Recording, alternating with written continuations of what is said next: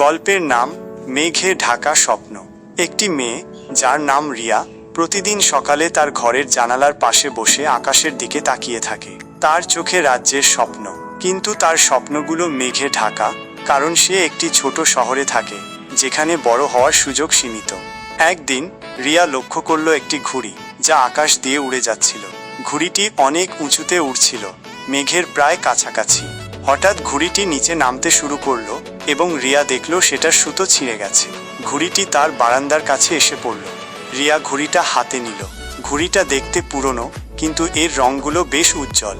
ঘুড়িটা হাতে নিয়ে রিয়া ভাবল, এই ঘুড়িটাও হয়তো আমার মতোই, স্বপ্ন দেখে অনেক উঁচুতে ওড়ার, কিন্তু সুতো ছিঁড়ে গেছে। রিয়া ঘুড়িটাকে মেরামত করল। একটি নতুন সুতো লাগিয়ে সে ঘুড়িটাকে আবার আকাশে উড়ালো। ঘুড়িটা উড়তে উড়তে মেঘের গভীরে হারিয়ে গেল। রিয়া হাসি মুখে জানালার পাশে দাঁড়িয়ে দেখল, ঘুড়িটা যেন তার স্বপ্নগুলোকেই মেঘের গভীরে নিয়ে যাচ্ছে।